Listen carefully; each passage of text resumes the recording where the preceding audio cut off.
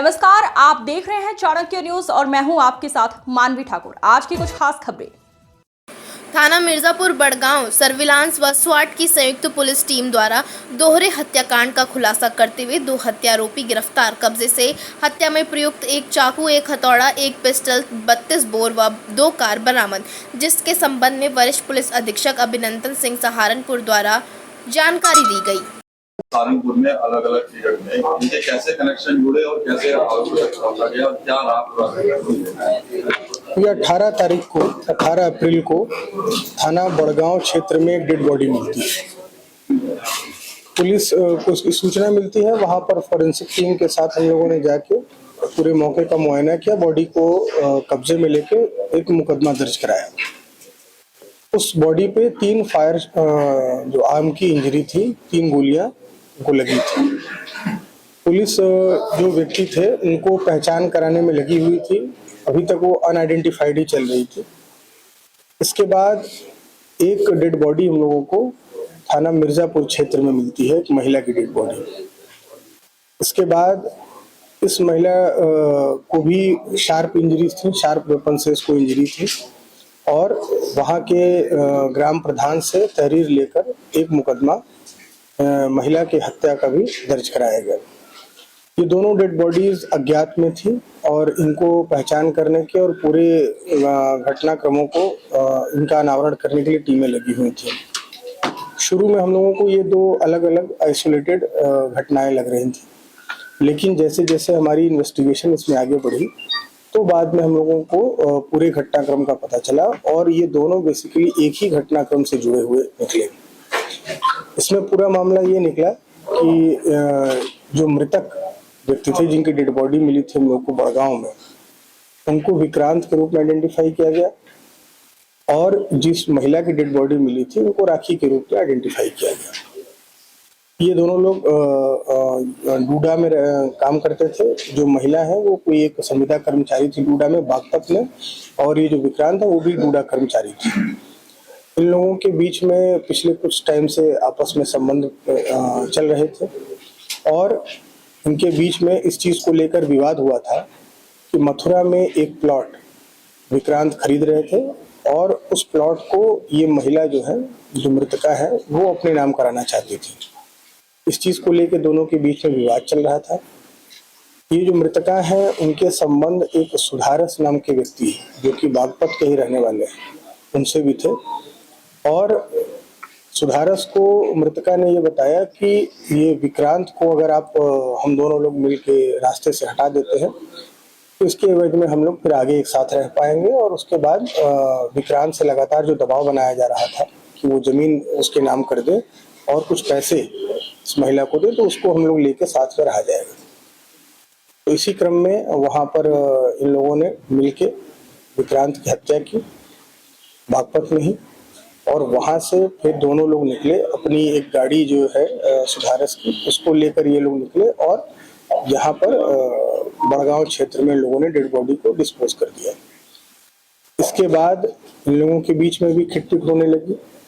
Meanwhile जो विक्रांत की गुमशुदगी बागपत में दर्ज कराई गई, जिसके क्रम में वहाँ की पुलिस भी पूछताछ कर रही थी और ये अपने सोर्सेज से पुलिस ने जो डेवलप किया उसके तहत इन महिला को भी, जो मृतका है राखी, उनको भी पूछताछ के लिए बुलाया गया।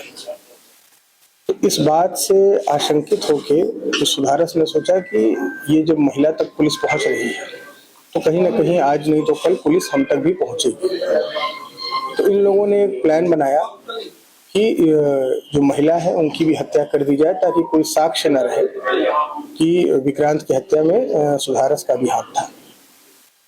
तो फिर एक प्लानिंग की गई।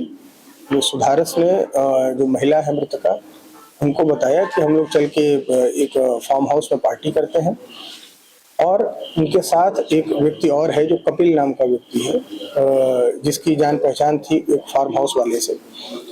तो तीनों लोगों ने मिलकर एक पार्टी करने का प्लान बनाया, परंतु इस पार्टी करने के प्लानिंग के पीछे जो उद्देश्य था सुधारस का कि वहीं पे जाकर इस महिला की हत्या कर दी जाएगी।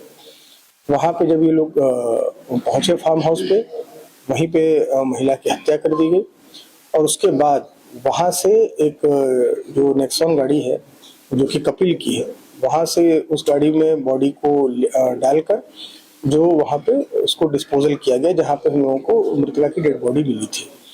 इसके बाद वहाँ से ये दोनों लोग फरार हो गए। जो विक्रांत की हत्या हुई थी वो लाइसेंसी पिस्टल जो राखी के नाम से थी 32 बोर की, उससे की गई थी, और जो राखी की हत्या की गई वो हथौड़े और चाकुओं से की गई, जिसको पहले से ही सुधारस में इकट्ठा करके रखा हुआ था। इस संबंध में हम लोगों को जो दोनों गाड़ियां प्रयुक्त हुई हैं डिस्पोजल में, वो हम लोगों को मिल गई हैं। इसके अलावा जो राखी की हत्या में प्रयुक्त आला कत्ल हथौड़ी और चाकू वो बरामद हो गया है। जो खून से सनी हुई शर्ट सुधारस की थी वो हम लोगों को बरामद हो गई है। इसके अलावा जो सभी महत्वपूर्ण साक्ष्य जो इम्पोर्टेंट सीसीटीवी फुटेजेस हैं, जो सर्विलांस के थ्रू जो हम लोगों को साक्ष्य मिल रहे हैं, उन सभी को हम लोग संकलित करके इसमें आगे की अग्रिम कार्रवाई करा रहे हैं।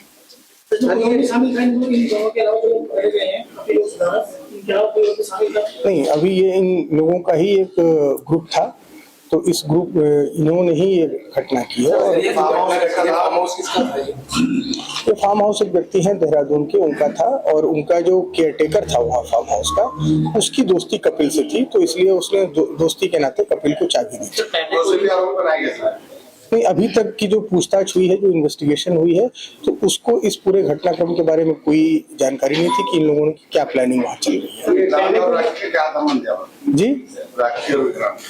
राखी और विक्रांत के संबंध थे, और इसके संबंध में राखी द्वारा ब्लैकमेल भी किया जाता था विक्रांत को कि हमारे कुछ वीडियोस हैं, और उसके बदले में पैसों की डिमांड की जाती थी। और हाल फिलहाल में जो मथुरा के, जैसा मैंने बताया कि एक प्लॉट को लेकर एक विवाद ज्यादा बढ़ गया था, और राखी चाहती थी कि वो प्लॉट जो विक्रांत है वो उस महिला राखी के नाम पर कर दें, जिसको लेकर राखी से सुधारस को भी ब्लैकमेल कर रही है।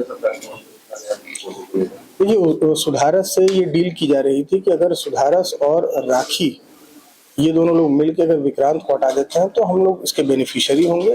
प्लस राखी का कहना था, विक्रांत को ये बताया जा रहा सुधारस को कि विक्रांत के पास कुछ ऐसे वीडियोस हैं हम दोनों लोगों के, जिसका इस्तेमाल आगे हो सकता है, जिससे कि हम दोनों लोगों की बदनामी होगी।